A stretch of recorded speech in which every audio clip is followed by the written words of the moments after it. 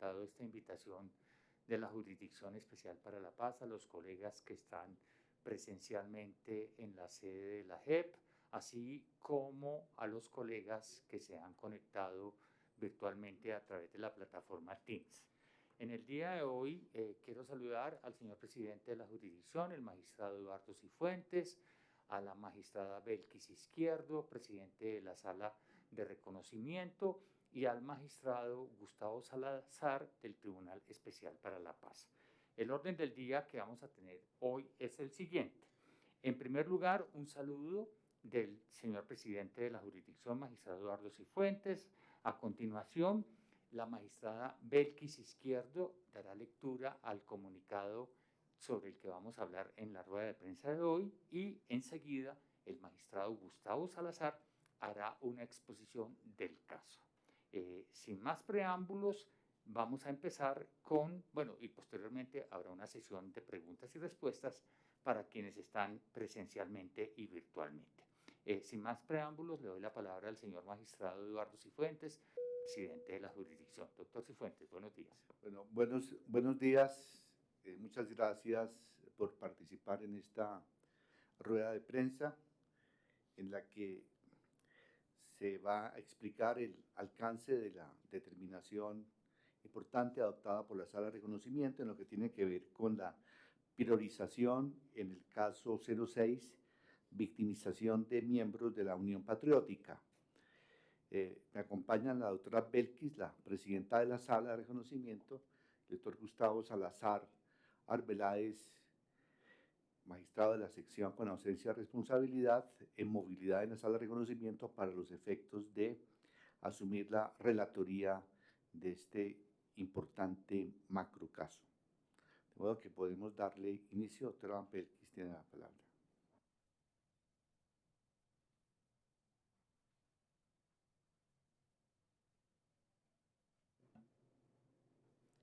Muy buenos días para todos y para todas. Bogotá, 22 de abril del 2022.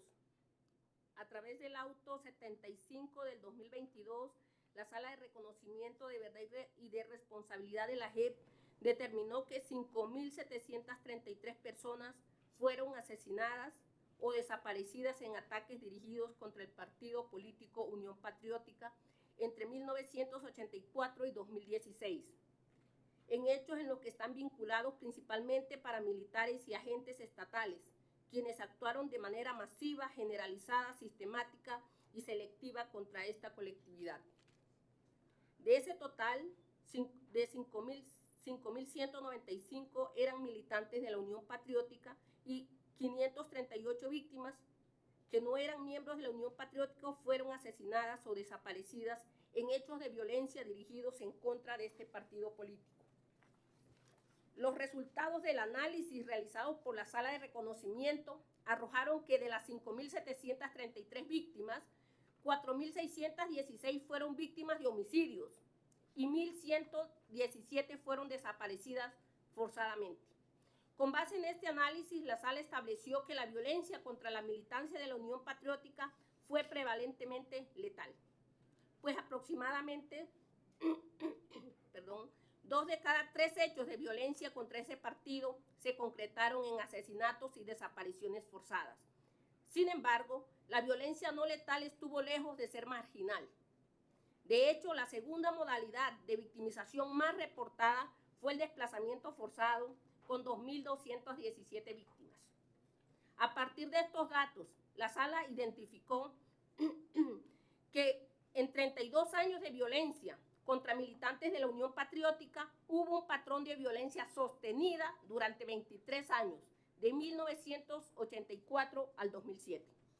Los hechos victimizantes se concentran en 3 periodos. El primero entre 1984 y 1993, con un pico entre febrero de 1998, 1988 y enero de 1989. El segundo periodo entre 1994 y 1999, con un pico entre abril de 1996 y marzo de 1997. Y el tercer periodo entre 2000 y 2007, con un pico entre julio del 2001 y junio del 2002. Las regiones más afectadas fueron el Ariari Guayavero, el Magdalena Medio, el Urabá, Cundinamarca, Sumapaz y Tolima. En el proceso de integración y contrastación de fuentes para establecer el universo provisional de hechos y de víctimas, la Sala de Reconocimiento analizó 6 importantes bases de datos. La primera, el informe de la Fiscalía General de la Nación, que incluye el SIJUP, el SPOA e información de la Dirección de Justicia Transicional. En segundo lugar, la información del Centro Nacional de Memoria Histórica. En tercer lugar, la información de la Cancillería junto con el Centro de Recursos para el Análisis del Conflicto, CERAC. En cuarto lugar, el Registro Único de Víctimas de la Unidad de Víctimas, UARIP. El listado que la Sala de Reconocimiento de la JEP construyó con los datos de víctimas de la Unión Patriótica que viven en el exilio y que participaron en espacio de escucha realizados en conjunto con la Comisión de la Verdad, y la información disponible en las acreditaciones de víctimas y la información sistematizada de los expedientes inspeccionados en la fase de instrucción. Y finalmente, el informe de la Corporación Reiniciar.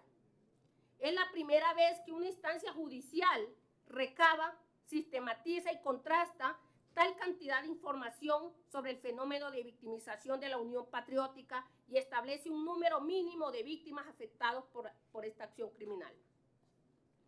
Con base en el universo provisional de hechos y de víctimas establecidos a partir de la integración y depuración de estas bases de datos, a través del auto 075 de la Sala de Reconocimiento adoptó de manera pública la priorización dentro del caso 06. Esto se suma a otras priorizaciones internas de casos como el 03 y el 07 de reclutamiento forzado a través de los autos 033 del 2021 y 159 del 2021 respectivamente. En función de la concentración de los crímenes en periodos temporales y territorios críticos y del potencial ilustrativo de estos hitos espaciotemporales respecto del patrón de macrocriminalidad, la Sala de Reconocimiento decidió concentrar la investigación en las siguientes zonas y periodos. En primer lugar, Magdalena Medio y Nordeste Antioqueño, entre 1985 y 1993. Son investigados algunos exmiembros de la Brigada 14 del Ejército, el Batallón de Infantería número 3, Batalla de Bárbula, y el Batallón de Infantería número 42, Batallón de Bomboná. La segunda zona crítica, Ariari Guayavero y Piedemonte Llanero, entre 1985 y 1993 y entre 1999 y 2006. Se investigan comparecientes que pertenecen al Batallón de Infantería número 21, Batalla Pantano de Vargas, adscrito a la Brigada 7 del Ejército. En tercer lugar, la zona de Cundinamarca y Sumapaz, entre 1999 y 2001. Se investigan a miembros del Departamento de Policía de Cundinamarca y del Batallón de Artillería número 13, General Fernando Landazábal Reyes, de la Brigada 13 del Ejército. En cuarto lugar, el municipio de Apartadó, en Urabá, entre abril y diciembre de 1996. Se investigan a comparecientes de la Brigada 17 del Ejército, el Batallón de Infantería número 47, Francisco de Paula Vélez, y el Batallón de Contraguerrilla número 35. La delimitación espaciotemporal de esta situación de violencia obedece al trabajo conjunto que sobre la región de Urabá realizan los despachos que lideran los casos 06, victimización de la Unión Patriótica, y el 04, caso territorial de Urabá. Los crímenes cometidos en contra de militantes de la Unión Patriótica en otros municipios de la región urabaense y o en otros periodos siguen bajo investigación en el marco del caso 04. La quinta zona, Tolima, entre el periodo del 2003 y el 2006. Son investigados algunos exintegrantes de la 6ª Brigada del Ejército, el Batallón de Infantería número 16, Patriotas, el Batallón de Infantería número 17, General Domingo Caicedo, el Batallón de Infantería número 18, Coronel Jaime Rock, el Batallón de Contraguerrilla número 6, Pijaos, y exmiembros del Departamento de Policía del Tolima. Además de las 5 regiones críticas priorizadas, la sala identificó un conjunto de hechos ilustrativos de la participación de agentes estatales pertenecientes a los órganos de inteligencia civil y militar en connivencia con grupos paramilitares y oficinas de sicarios que ejecutaron crímenes contra la Unión Patriótica. Estos hechos no están concentrados en una sola región, sino que ocurrieron mayoritariamente en capitales departamentales durante el primer periodo de victimización. Los comparecientes asociados a estos hechos fueron integrantes del DAS, pertenecientes a la Dirección Nacional, a la Dirección de Orden Público y de Protección y a las seccionales departamentales de Antioquia y Santander. Adicionalmente, la jurisdicción ha acogido a comparecientes provenientes del Comando Operativo de Inteligencia y Contrainteligencia de la Brigada 20 y de las secciones de inteligencia de la Brigada 13 y 14 del Ejército Nacional. A 31 de enero del 2022, el caso 06 cuenta con más de 150 comparecientes con actas de sometimientos ante la Jurisdicción Especial para la Paz o en proceso de solicitud, distribuidos así: 95 de la Fuerza Pública, Ejército, 22 miembros del DAS y 13 miembros de la Policía Nacional. Adicionalmente, 26 comparecientes hacían parte de otros organismos de inteligencia civil y militar. Dentro de la investigación realizada por la sala, se evidenció que los comparecientes que pertenecieron al Departamento de Policía de Cundinamarca y al Batallón de Artillería número 13, General Fernando Landazábal Reyes, de la Brigada 13 del Ejército, participaron en la victimización contra miembros de la Unión Patriótica sin asociarse con grupos criminales. Estos hechos pertenecen a la situación de violencia de Cundinamarca y Sumapaz entre 1991 y 2001. Entre tanto, la sala encontró que en los demás hechos victimizantes agrupados en los periodos y territorios críticos hubo contribución sistemática de agentes estatales pertenecientes a unidades operativas de la fuerza pública, aun cuando la ejecución material de los crímenes corrió por cuenta de grupos paramilitares. A la fecha, en el caso 06, la sala de reconocimiento ha acreditado a 212 víctimas individuales y a la Unión Patriótica, al Partido Comunista Colombiano y al Sindicato Sintrami Energética, en calidad de sujetos colectivos. Finalmente, la sala considera que el caso de violencia en contra de militantes de la Unión Patriótica, a diferencia de otros macrocasos, está determinado por el hecho de que la totalidad de sus víctimas compartían como característica central el pertenecer, el militar o simpatizar con un partido político. La Unión Patriótica es un partido político que nació en 1985, producto de los diálogos de paz que se realizaron en Uribe Meta entre las antiguas FARC, EP y el gobierno del presidente Belisario Betancur entre 1982 y 1986, que fue este gobierno. Entonces, muchas gracias. Gracias, doctora Belkis, por la lectura del comunicado. Le damos la palabra ahora al magistrado Gustavo Salazar, quien va a ampliar con detalles sobre las conclusiones a las que ha llegado la sala de reconocimiento frente al caso de victimización de la Unión Patriótica. Doctor Salazar.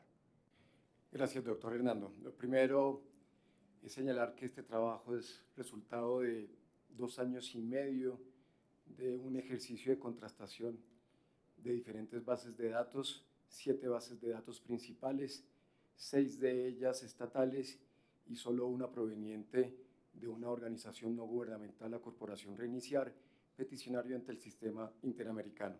El primer dato relevante que ya había sido dado a conocer anteriormente es el de 5.733 personas asesinadas o desaparecidas, lo que hemos denominado violencia letal, consecuencia de la violencia dirigida contra simpatizantes o miembros de la Unión Patriótica.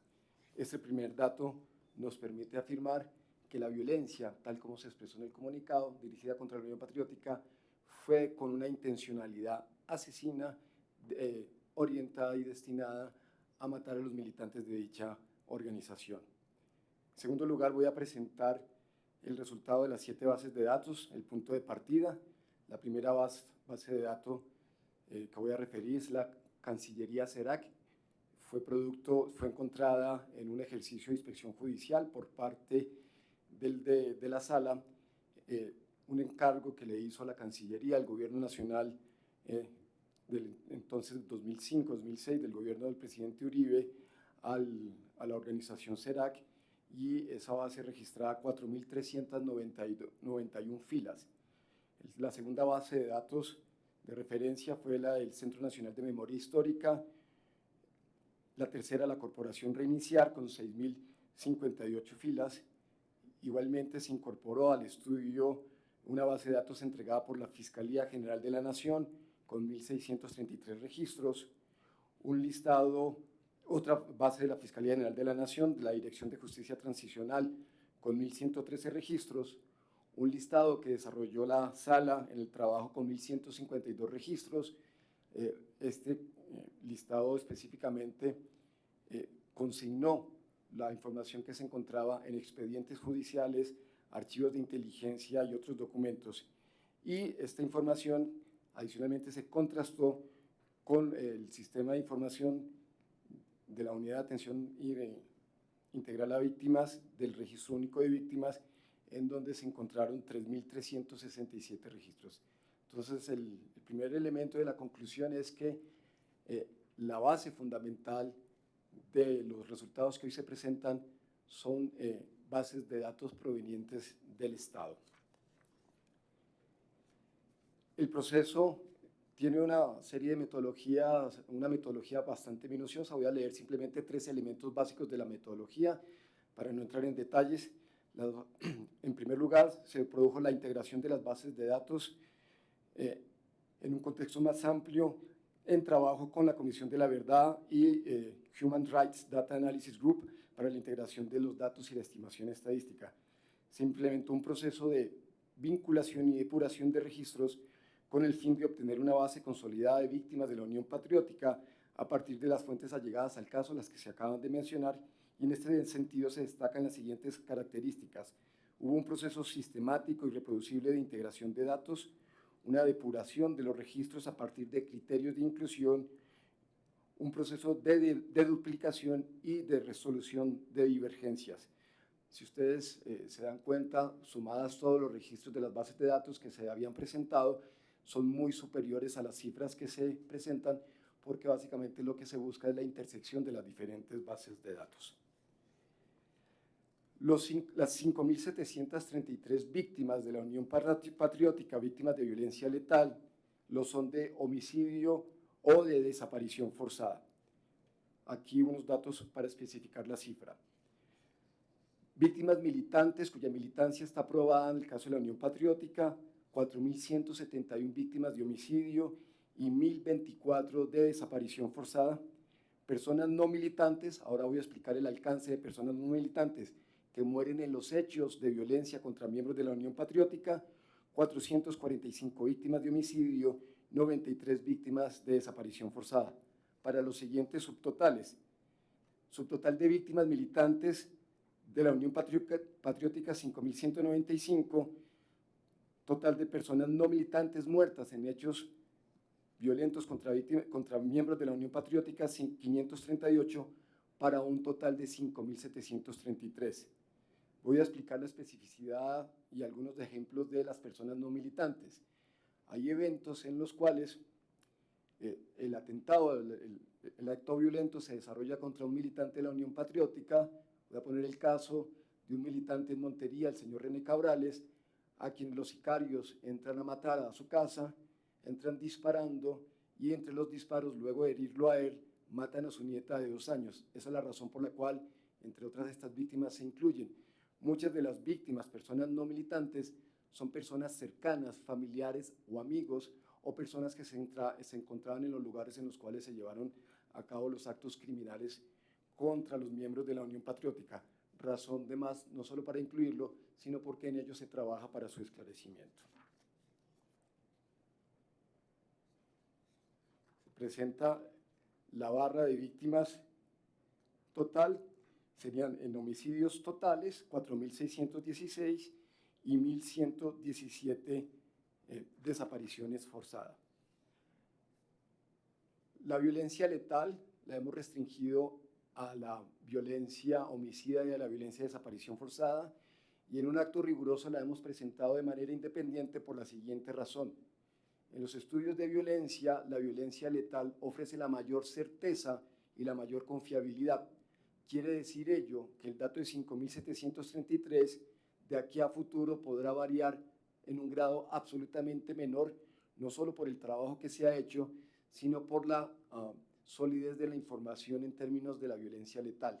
Es decir, que si hay alguna oscilación, esta oscilación será menor y posiblemente hacia arriba. Ello para presentar la segunda cifra que queremos dar el día de hoy. Adicional a la violencia letal, homicidio y desaparición forzada, y debemos decir que la sala, en un acto riguroso, no incluyó una serie de atentados criminales realizados, la mayor parte de ellos con arma de fuego, cuya intención puede deducirse en un grado de cierta certeza que era una intención de letalidad, no se incluyó por el resultado final. Estos casos fueron incluidos en lo que hemos llamado violencia no letal y cuya cifra es 4.296. Se presenta como una cifra aparte y son hechos adicionales. ¿Por qué se presenta como una cifra aparte? Básicamente porque incluye hechos victimizantes tales como amenazas, desplazamiento forzado, violencia sexual, exilio, lesiones personales y tortura, hechos victimizantes que son objeto de altísimo subregistro, y en esa medida el dato que presentamos de 4.296 hechos victimizantes, 4.296 hechos victimizantes que son adicionales a los 5.733, ofrecen un menor grado de confiabilidad, con una tendencia superior al alza en la medida en que los subregistros son enormes. Los datos, grosso modo, son los siguientes. Desplazamiento forzado, 2.217 casos, amenazas, 811, atentados, muchos de ellos con intención letal, 379, secuestro, 90, 229 torturas, al menos 248 detenciones arbitrarias, 23 casos registrados de violencia sexual, 36 de exilio, entre otros, para un total de 4.296. La violencia contra la Unión Patriótica se presenta básicamente en 3 subperiodos.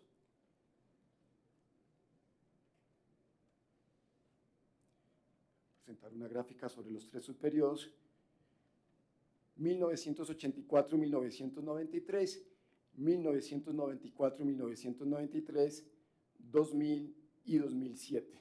Ahora vamos sobre un detalle sobre la especificidad de la violencia, la geografía, sobre la geografía de estas manifestaciones.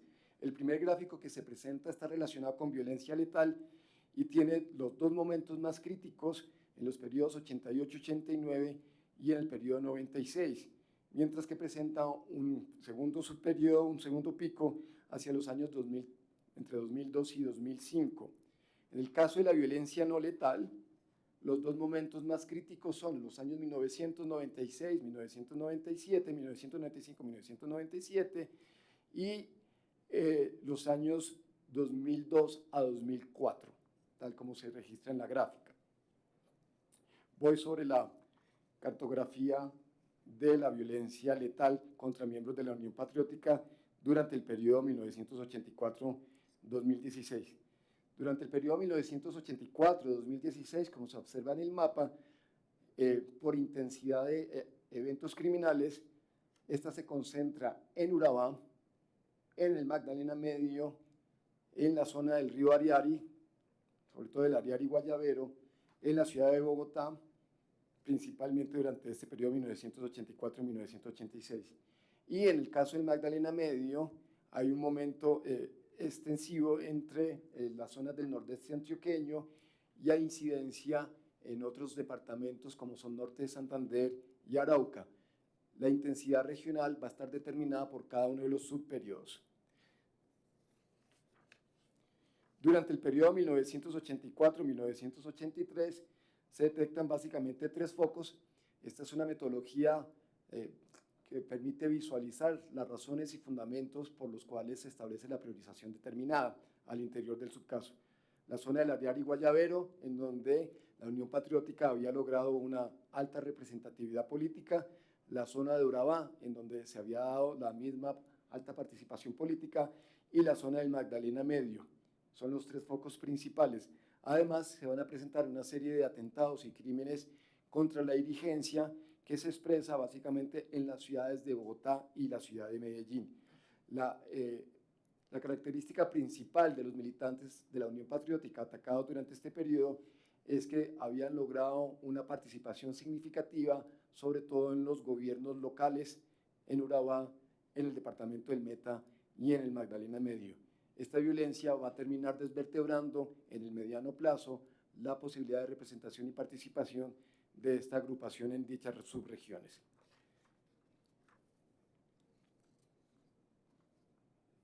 Este periodo tiene además un subperiodo, el más crítico, entre 1988 y enero de 1988 y enero de 1989, que se concentra en la zona del Villavicencio y el Alto Ariari, y en el Magdalena Medio y la zona del Urabá. Hay que recordar que este es uno de los momentos de las más críticas masacres cometidas contra militantes de la Unión Patriótica y también contra representantes del movimiento sindical, algunas de ellas como las masacres de las bananeras de Honduras, Punta Coquitos, La Negra, las masacres de Cañocibao y demás en el Meta, y una serie de masacres como la masacre del Topacio en el Magdalena Medio.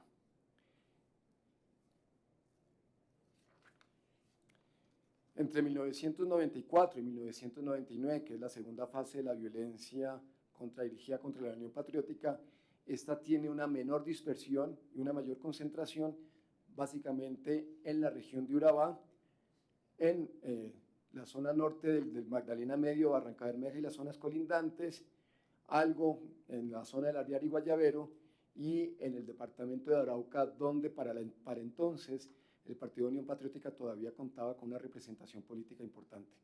Sin embargo, durante este periodo, 1994-1999, la violencia es altísima y casi todas las víctimas, o la mayor parte de las víctimas, son víctimas de la región de Urabá, tal como se representa en el mapa. Durante el periodo 1996, marzo de 1996 a marzo de 1997, la concentración de la violencia en Urabá tiene una subconcentración adicional que va a explicar las razones por las cuales se da una priorización en el marco del caso, y es en el municipio de Apartadó, razón por la cual es objeto de la priorización los militares vinculados a la Brigada 17 y al Batallón de Infantería Vélez. El tercer subperiodo que tiene violencia letal es entre el año 2000 y 2007, y en este caso hay una violencia marginal en la zona de Urabá, un recrudecimiento de la violencia en el departamento del Tolima y unas manifestaciones de violencia básicamente en Barranca Bermeja y en norte de Santander, en donde se aniquila la muy baja representación de los miembros de la Unión Patriótica y el Partido Comunista, tales como Carlos Bernal y Tirso Vélez.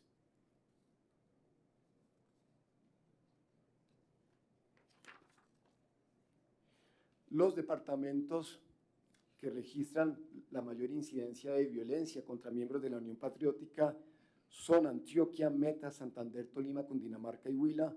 De lejos, el departamento de Antioquia es en donde más se victimiza a los miembros de la Unión Patriótica. Los registros que tenemos nos dan el 33.2% de las víctimas vivían en el departamento de Antioquia, el 15.4% en el Meta, el 6.6% en Santander y el 8.2% en el Tolima. La violencia contra miembros de la Unión Patriótica en Antioquia coincide con la alta representatividad y participación que tuvieron en las zonas del nordeste, Remedios y Segovia, entre ellos, así como en los municipios del Urabá antioqueño, Apartadó, Turbo, Chigorodó, Carepa, entre otros.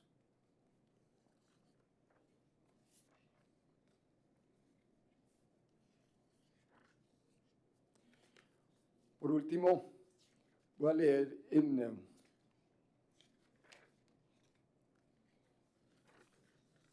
detalle uno de los casos que es de particular importancia y sobre el cual está trabajando la sala, es el relacionado con la Brigada 17 del Ejército Nacional, comparecientes asociados al caso de la violencia de apartado de 1996, perteneciente a las unidades tácticas de la Brigada 17 del Ejército Nacional, el Batallón de Infantería número 47, Francisco de Paula Vélez, con jurisdicción especialmente en los municipios de San Pedro de Urabá, San Juan de Urabá, Arbolete, Necoclí, Turbo y Apartado. El trabajo del caso se centrará en el municipio de Apartado y eso será en concurrencia con la sala que trabaja, la subsala que trabaja el caso 04 de Apartado.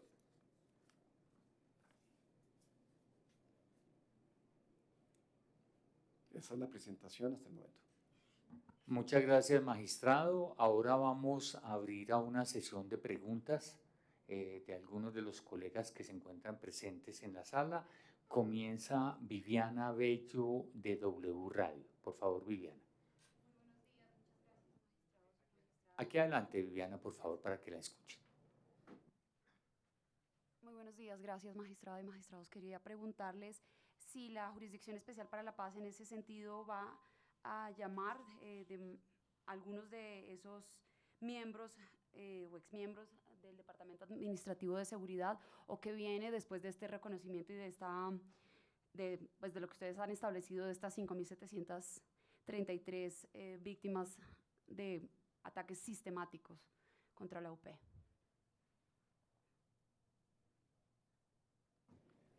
En el caso del Departamento Administrativo de Seguridad ya estamos llamando, de hecho el día de hoy en la mañana estaba el compareciente Miguel Alfredo Maza Márquez y ya hay otros comparecientes ya llamados. Hay un listado próximo para ampliar el llamado de los comparecientes del Departamento Administrativo de Seguridad. ¿En ese sentido podemos conocer nombres de esos nuevos llamados? No, hasta que no se profiera el auto, prefiero no, porque no lo ha aprobado la sala, entonces… Tranquilo, muchas gracias. Pero son más o menos, hay un listado de cerca de 60 personas del DAS. Gracias, magistrado. Sigue Didier Chica de CMI. Buenos días para todos. Magistrados, tengo varias preguntas. La primera es, dentro de los 150 comparecientes que ustedes señalan que ya hacen parte de este proceso, ¿hay algunos que se puedan identificar como los máximos responsables, que ya se puedan determinar que fueron los máximos responsables o que hayan ordenado, digamos, desde posiciones de poder estos crímenes? También quiero preguntarle por los picos estadísticos que ustedes encontraron, si ustedes hicieron alguna comparación con hechos específicos de la historia del país, qué estaba ocurriendo en esos 3 picos. Y tercero, en las versiones del general Maza, las víctimas reiteradamente han dicho que la versión del general Maza no es satisfactoria, que él divaga mucho. La Procuraduría entiendo que también dijo lo mismo. Quiero preguntarle a los 2 magistrados del caso si ustedes coinciden con la apreciación de las víctimas y de la Procuraduría sobre esas versiones del general Maza Márquez. En primer lugar, respecto a los máximos responsables, evidentemente todavía no lo podemos decir porque eso queda consignado en el escrito de hechos y conductas en el momento en que lo apruebe la sala. Evidentemente nosotros tenemos una idea de quiénes podrían ser, pero eso no se decanta sino hasta ese momento. En segundo lugar, en relación con los picos, pues los picos están muy asociados a diversas manifestaciones de violencia. En el caso del Magdalena Medio es el surgimiento del MAS y la aprobada participación de la Brigada 14, el Batallón Bárbola y el Batallón Bomboná en connivencia con los paramilitares del Magdalena Medio. Hay numerosas versiones indagatorias y testimonios de múltiples paramilitares, muchos de ellos han sido presentados en diligencias públicas que manifiestan la relación y dan cuenta de la relación de miembros del Ejército y de la Policía Nacional en esos municipios. Estoy hablando de Puerto Boyacá, La Dorada, de Puerto Berrío, Barranca Bermejas, Remedios, Segovia, Yalí, Begachí, Maceo y demás, en donde eso está claro. En el caso del segundo pico, que es el pico de Urabá, evidentemente coincide con un hecho histórico que es, primero, la muerte de Pablo Escobar en diciembre de 1993, que le permite al otro segmento del cartel de Medellín, que son Carlos Vicente y Fidel Castaño, rearticular los grupos paramilitares con los que ellos venían operando desde finales de los años 80 en el departamento de Córdoba. A partir de la muerte de Pablo Escobar, usted sabe que hay un hecho que es absolutamente significativo en la pugna al interior del cartel de Medellín, y es la masacre que se hace en la catedral, algunos de los socios de Pablo Escobar. Eso da origen a los Pepes, finalmente con la muerte de Pablo Escobar hay una clarísima reorganización del aparato paramilitar. Hay testimonios que dan cuenta que una vez muerto Pablo Escobar, Carlos Castaño decide volver a Montería, a Córdoba, en donde decide reorganizar, y esa reorganización se va a plasmar en las autodefensas campesinas de Córdoba de Doraba, las ACU, que después se van a desplegar como un proyecto nacional, luego de su ingreso al Urabá ganadero y al Urabá bananero en los años 94 y 95, como una experiencia relativamente exitosa en términos de, cuando digo exitosa es que cometen muchísimos crímenes durante los años 94, 95 y 96, sobre todo en el año 95 y 96, y eso se va a plasmar en un proyecto nacional que van a ser las Autodefensas Unidas de Colombia, en donde el núcleo central de la SACU va a repartir un poco y a dispersar tanto sus efectivos como el know-how y las alianzas con sectores militares y otras entidades estatales para expandir un fenómeno paramilitar que tiene múltiples objetivos, dentro de ellos claramente el de la Unión Patriótica. Magistrado, la pregunta sobre la insatisfacción de las víctimas Sí. con el general Sobre el Maza. caso de Maza Márquez, pues me parece que todavía es muy temprano, estamos en un momento dialógico, llevamos 4 sesiones, la de hoy estuvo un poco breve, sigamos y esperemos a ver cuál es la actitud del compareciente. Las víctimas tendrán la oportunidad también de preguntar. En este momento la magistratura ha liderado la sesión de preguntas básicamente para poner de presente el acervo, parte importante del acervo probatorio que se ha recopilado. Gracias, magistrado. El turno para preguntar es para Andrés González de Caracol Radio. Quisiera hacer una Perdón, precisión. En relación con la pregunta precedente, quiero destacar que después de 40 años de un alto índice de impunidad, es un avance notorio de la Jurisdicción Especial para la Paz haber llevado a cabo esta investigación preliminar en la que se señala que por lo menos 5.733 personas vinculadas a la Unión Patriótica como partido político y cerca de 4.000 personas relacionadas fueron víctimas de gravísimos delitos, dirigidos todos ellos de manera sistemática con el único objetivo de ponerle término a una experiencia democrática que había nacido en el seno del proceso de paz que planteó el presidente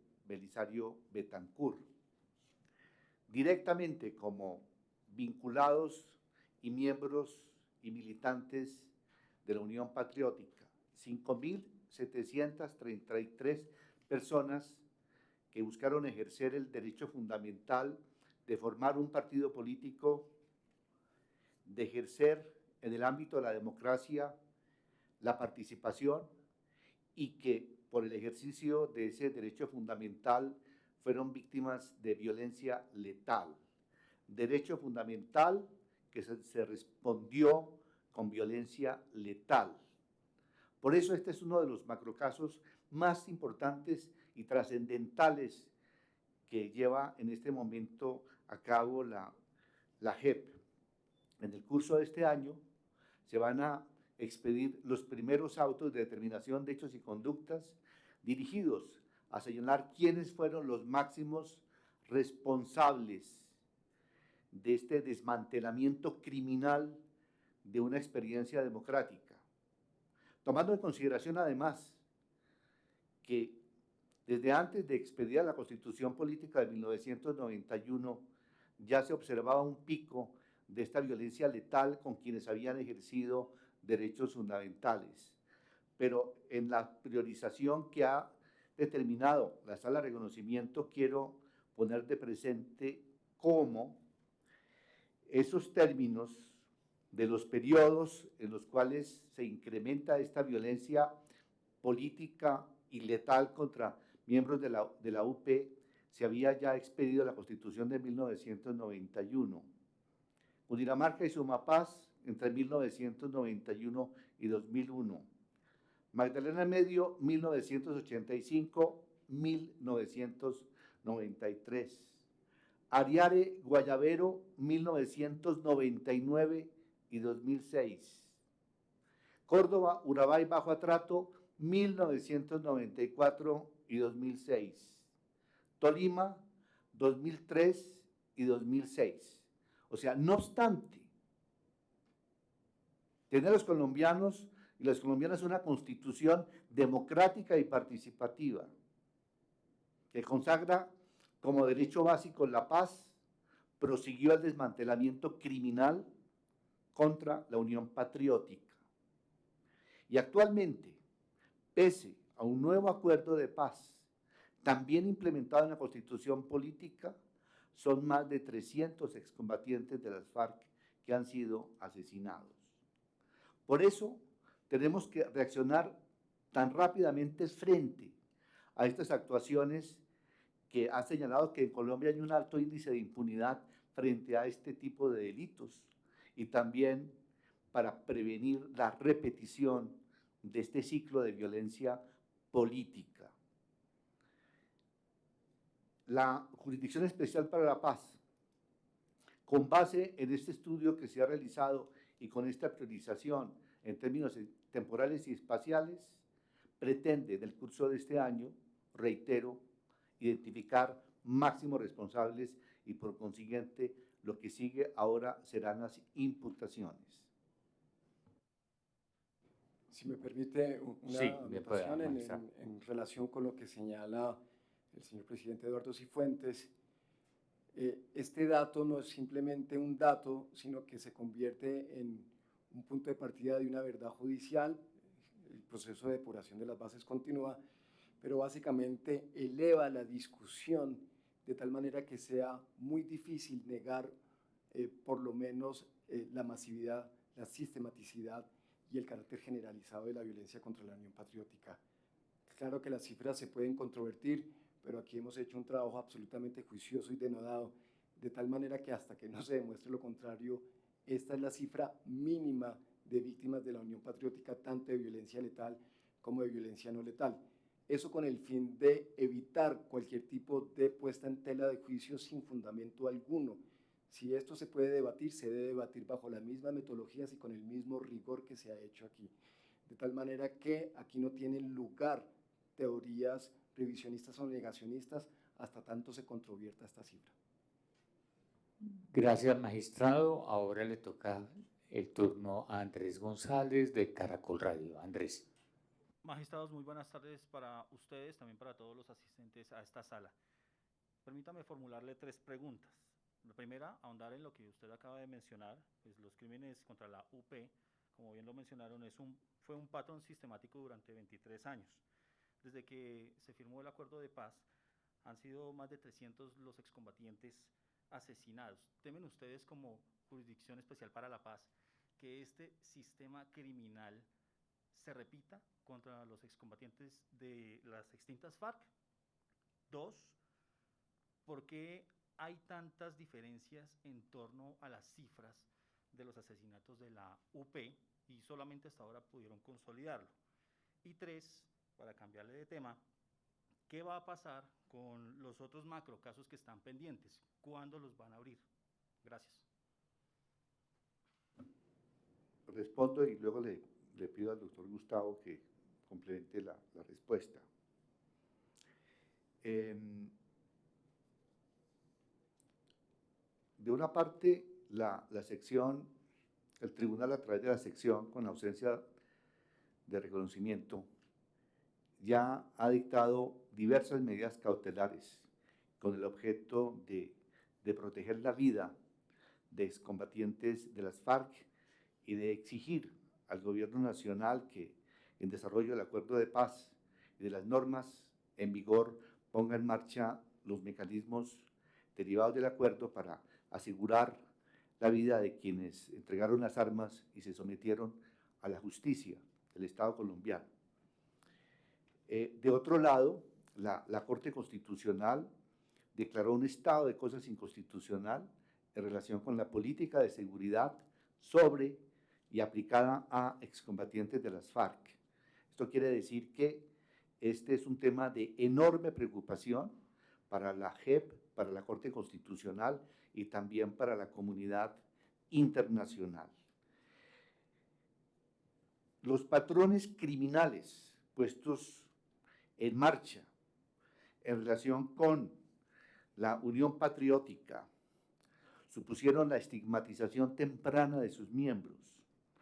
La investigación que en este momento ha develado la Sala de Reconocimiento señala muy claramente que no solamente frente a quienes ejercieron el derecho fundamental de participación y el derecho a la democracia, la respuesta de agentes del Estado y del paramilitarismo fue la extinción de ese partido político y de ellos como militantes, sino que también ese patrón supuso la estigmatización, la persecución, el constreñimiento, la coacción. Se habla de 2.200 víctimas de desplazamiento forzado, paralelo a la desaparición y al asesinato de exmiembros miembros de la Unión Patriótica. 811 víctimas de amenazas, 379 víctimas de atentados, 229 víctimas de tortura, 23 víctimas de violencia sexual. Y actualmente se está advirtiendo un patrón igualmente de estigmatización.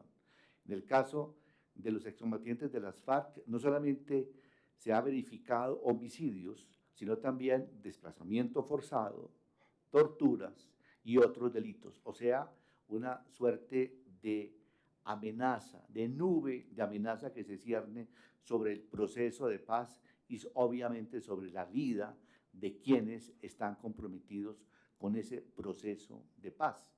De ahí la trascendencia de ponerle término a la impunidad que significa estas acciones de la Jurisdicción Especial para la Paz en el caso 06 sobre victimización de miembros de la Unión Patriótica. Lo que nunca debe repetirse en Colombia es justamente esto. En relación con la diferencia de los diversos datos, hay que tener en cuenta el punto de partida esencial cuando se cometen actos violentos es el subregistro. Siempre hay una cifra negra. Hay una cifra negra en el presente y eso lo sabe cualquier estudioso de los derechos de la violencia cotidiana, entre otras. En el caso de la violencia política, el subregistro suele ser mayor. ¿Por qué suele ser mayor? Porque detrás de la violencia política, de esta violencia sistemática, generalizada y masiva, hay grandes aparatos y los grandes aparatos infunden miedo. Entonces, con enorme frecuencia los subregistros están determinados por el miedo arraigado en las víctimas que prefieren no denunciar. La desarticulación, el segundo elemento, es que la violencia contra la Unión Patriótica fue tal en ciertas zonas que hubo una total desarticulación de las redes de las personas, desplazamiento, exilio, silencio por miedo, y el partido, las juntas patrióticas y otros órganos de coordinación simplemente desaparecieron, de tal manera que lo que se tiene que hacer es un trabajo de arqueología de datos. Y muchas veces nadie sabe o no recuerda ni siquiera los nombres de las víctimas, del vecino cuyo hijo fue asesinado o que se desplazó. Esos registros no existen. Y hasta hoy en día nos hemos encontrado con muchas víctimas sobrevivientes de la Unión Patriótica que no quieren hablar, que no quieren dar los datos y que todavía tienen y sienten un profundo temor. Entonces el temor es el gran determinante del subregistro. El segundo es la intencionalidad en quien registra. Y aquí pues no quiero entrar en especulaciones, pero uno supone que hay quien quiere registrar y quien no quiere registrar. La sala decidió hacer un ejercicio complementario y autónomo porque en el marco del sistema estadístico básico internacional, con 3 listas, es decir, con 3 bases de datos, se logra, en el caso de los eventos de violencia letal, se logra una cifra confiable. Aquí nosotros tenemos 7, de tal manera que la confiabilidad es altísima. Una vez allegados los registros se ponen en duda. Aquí no hubo una simple traspolación, un simple paso de los registros hacia la base de datos. De hecho, ni siquiera los registros de la Fiscalía General de la Nación fueron aceptados simplemente, sino que fueron revisados. Por decir algo, en el caso de la Fiscalía General de la Nación, fueron excluidos numerosos registros de la base, para la base final, porque incorporaban a víctimas cuya militancia no era de la Unión Patriótica o no era aprobada de la Unión Patriótica. Voy a poner un ejemplo. La Fiscalía General de la Nación, en la base de datos que remitió, incluía el asesinato de Carlos Pizarro León Gómez, básicamente porque habían hecho una agrupación en términos de macrocriminalidad o de modus operandi, en donde el homicidio de Carlos Pizarro León Gómez, entonces directivo del M-19, del desmovilizado M-19, coincidía con una serie de patrones de crímenes contra miembros de la Unión Patriótica, como Bernardo Jaramillo, Gabriel Santamaría, Teófilo Forero, José Antequera y demás, que eran personas que tenían una protección en el DAS. Entonces, ni siquiera esos datos fueron incorporados de manera inmediata. En el caso de la Fiscalía de la Nación, los datos entregados inicialmente, que son algo más de 1.600 en el primer informe, tuvieron que ser complementados por un trabajo adicional de la sala en un ejercicio de interlocución con la Fiscalía General de Justicia Transicional, que aportó otros 1.100 casos. Es decir, que el informe inicial presentado y radicado en el año 2018 era supremamente incompleto respecto a lo que tenía la Fiscalía General de la Nación en investigaciones que estaban relacionadas básicamente con justicia y paz. Muchos de los registros, ¿por qué la diferencia? Básicamente por los criterios de inclusión. Y aquí lo que se hizo fue establecer unos criterios de inclusión en donde tuviéramos la mayor certeza de la militancia o de la membresía de la Unión Patriótica, y se incluyeron aquellos casos en donde estaba aprobada en un crimen la militancia o membresía de alguien de la Unión Patriótica y que en ese hecho hubiera muerto otra persona. El caso de la masacre de Segovia, hay un caso del asesinato de una dirigente de la Unión Patriótica en Natagaima en el año 2004, en donde además de ser asesinada ella, es asesinada su nieta que tenía 5 meses, porque en el momento en que se le dispara, ella la tenía cargada en los brazos. Esos son el tipo de diferencia. Entonces hay quienes incluyen, por ejemplo, a esa bebé o quienes no la incluyen. Nosotros decidimos incluirlo por la centralidad de las víctimas y porque son los mismos hechos. Hay una unidad de hechos y hay una unidad en los aparatos criminales. Ahora, lo que hemos vislumbrado es que hay una continuidad en algunos miembros de los aparatos criminales. No es un único aparato criminal, son aparatos criminales concatenados de manera diferente con múltiples intereses y expresiones diversas en lo regional, y que tienen de manera permanente una relación con miembros de instituciones del Estado, principalmente con miembros tanto del DAS como de las fuerzas militares, y para el año 2000, por ejemplo, con la Fiscalía General de la Nación. Gracias, magistrado Salazar. Yo le pediría a la doctora Belkis si puede contestar la tercera pregunta de Andrés González respecto a la apertura de los nuevos macrocasos o de los nuevos casos. Sí, muy importante reiterar que la forma como la sala de reconocimiento apertura sus casos es un proceso, una metodología de agrupación, de concentración, de priorización. Para el caso de las 3 concentraciones que actualmente la sala tiene, una concentración nacional de crímenes cometidos por la FARC, una concentración nacional de crímenes cometidos por las fuerzas públicas, muchos de ellos en connivencia con paramilitarismo, y el tercer caso nacional de crímenes cometidos contra pueblos y territorios étnicos. Estamos en la fase de concentración y a portas de radicar los proyectos de autos para iniciar una discusión en sala de estas 3 grandes priorizaciones. Entonces esperamos que muy pronto ya tengamos esta priorización. estas tres grandes priorizaciones. Por otra parte, quisiera, y a propósito de este espacio donde se está socializando esta priorización interna que ha hecho la sala de reconocimiento en el marco del caso 06, es importante aclarar que si bien hace 2 años, como lo planteaba el magistrado Gustavo, se priorizó este caso 06 de los 7 macrocasos que avanza la sala en su investigación, hoy se expone la priorización interna donde ya hay unos hallazgos muy importantes y donde la contrastación rigurosa, detallada de estas grandes bases de datos son muy importantes para efectivamente mostrar que aquí no se quedan con datos ni con narrativas de una u otra, de uno u otro sector oficial, no oficial, de víctimas, sino que el proceso es contrastar para avanzar en este esclarecimiento de verdad y en la develación de estos grandes patrones macrocriminales. Entonces, muy pronto tendremos ya la priorización de estos grandes macrocasos nacionales, pero que actualmente pues estamos haciendo ese trabajo de análisis para efectivamente hacer la entrega a la sala de los autos de priorización e iniciar un proceso ya de debate interno. Gracias, magistrada Belkis Izquierdo. Ahora tenemos unas preguntas a través de la plataforma Teams. Empezamos con Jordan Rodríguez del Espectador. Jordan, buenas tardes.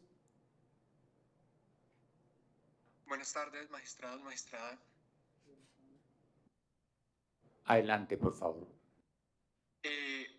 Bueno, esta pregunta es para el magistrado Cifuentes.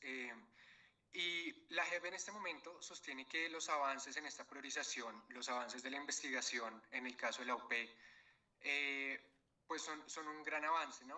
Y pues llegan justo mientras la Corte Interamericana de Derechos Humanos estudia un caso contra Colombia por el exterminio de la UP. ¿Ustedes creen que esta decisión podría incidir en ese fallo que sigue pendiente en el sistema interamericano, estos nuevos hallazgos? Bueno, la Jurisdicción Especial para la Paz investiga, juzga y sanciona como órgano jurisdiccional del Estado colombiano, pero la investigación se endereza a establecer responsabilidad penal individual. Ese es el cometido propio de la jurisdicción. Ahora, ¿qué incidencia pueda tener una decisión de la JEP en relación con la Corte Interamericana? Pues es un asunto que todavía no se ha examinado en el contexto de los mecanismos de protección de derechos propios del sistema interamericano. Gracias, doctor Cifuentes. Continúa Patricia Uribe de Noticias 1, también preguntando a través de la plataforma Teams. Patricia, buenas tardes. Muy buenas tardes a todos, buenas tardes, magistrados. Una pregunta también para el magistrado Cifuentes, pues teniendo en cuenta el avance pues importante pues para esclarecer estos hechos de la muerte de miles de miembros de la Unión Patriótica, ¿cómo ha sido ese aporte de los comparecientes precisamente para esclarecer esos hechos? ¿Ha sido importante? ¿Cómo ha sido esa parte significativa? Sin perjuicio de la respuesta del relator, doctor Gustavo Salazar, quiero señalar que contar con estas fuentes de información que se ha determinado, como son el informe de la Fiscalía General de la Nación, la información del Centro Nacional de Memoria Histórica, la información de la Cancillería junto con el Centro de Recursos para el Análisis de Conflictos, la información de la Dirección de Justicia Transicional de la Fiscalía, el Registro Único de Víctimas y el listado que la Sala de Reconocimiento de la JEP construyó con los datos de víctimas de la UP que viven en el exilio y que participaron en espacios de escucha realizados en conjunto con la Comisión de la Verdad y que concluye con el informe de la Corporación Reiniciar, pues es una base muy importante a la cual se agregaron las versiones que se han podido recoger y los datos internos propios de la jurisdicción. Es la integración de estos datos lo que lleva, como lo señala la presidenta de la Sala de Reconocimiento, a unos hallazgos que ya permiten adelantar la priorización priorización, que es su turno, supone una sistematización de toda esta información y naturalmente las personas que van a ser llamadas a versión van a tener que hacer aportes de verdad que serán contrastados con una muy robusta base documentaria y de pruebas con las cuales ya cuenta en este momento la JEP. Adicional a lo que dice el presidente, cuando un caso como el de la Unión Patriótica se abre, tiene que trabajar sobre lo construido y a pesar de la altísima impunidad en la justicia ordinaria, que es una de las razones por las cuales se tiene que abrir el macrocaso de Unión Patriótica, hay alguna información importante en Justicia y Paz, especialmente en Justicia y Paz, por participación y confesión en las versiones libres de los exmiembros de los grupos paramilitares. Algunos casos emblemáticos de la justicia ordinaria, hay declaraciones muy significativas de personas como Alonso, el negro Vladimir, Alonso de Jesús Quintero, creo que ese es el nombre, Alonso de Jesús Vaquero, quien rinde más de 30 o 40 testimonios, versiones indagatorias, y en donde entrega amplísima información que curiosamente la Fiscalía General de la Nación deja quieta. Sin embargo, aquí hay que dividir, también se encuentran casos emblemáticos, lo que podríamos denominar o hemos denominado como casos faro, que son investigaciones impecables en la justicia ordinaria, llevadas con todo el celo y todo el juicio, que permiten esclarecimiento sobre eventos específicos, pero que a veces se quedan cortos por no conectar con la totalidad de los eventos que se daban en cierto contexto y en cierto momento. Tenemos algunos casos de ellos en el Tolima, en Urabá y en el Meta. Adicionalmente, la sala ha realizado múltiples inspecciones judiciales a documentos de archivo. Grosso modo puedo decir que son más o menos unas 160, si no más, inspecciones judiciales en donde se han recopilado alrededor de 12.000 documentos que hemos ido mostrando, muchos de ellos en versiones que son públicas, no todas son públicas. Se ha recopilado también información existente en la Procuraduría General de la Nación, casos de investigación sobre responsabilidad disciplinaria que contenían acervos probatorios importantísimos. Y por último, en relación con los comparecientes, si bien muchos de ellos son reticentes y no colaboradores, también hemos tenido casos de comparecientes que han ayudado a esclarecer crímenes específicos, aparatos organizados y dinámicas regionales específicas en momentos determinados, y que han permitido y que son fundamento para el llamado a versiones futuros y actuales que se han realizado. Gracias, magistrado Salazar. La última pregunta por Teams es de la colega Constanza Vieira, del Diario Público de España. Constanza, buenas tardes.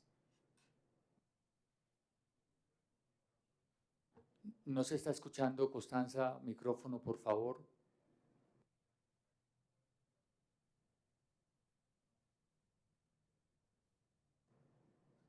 No sé si podemos... ¿Ahora sí? Ahora sí. Gracias. Buenas tardes, señores magistrados.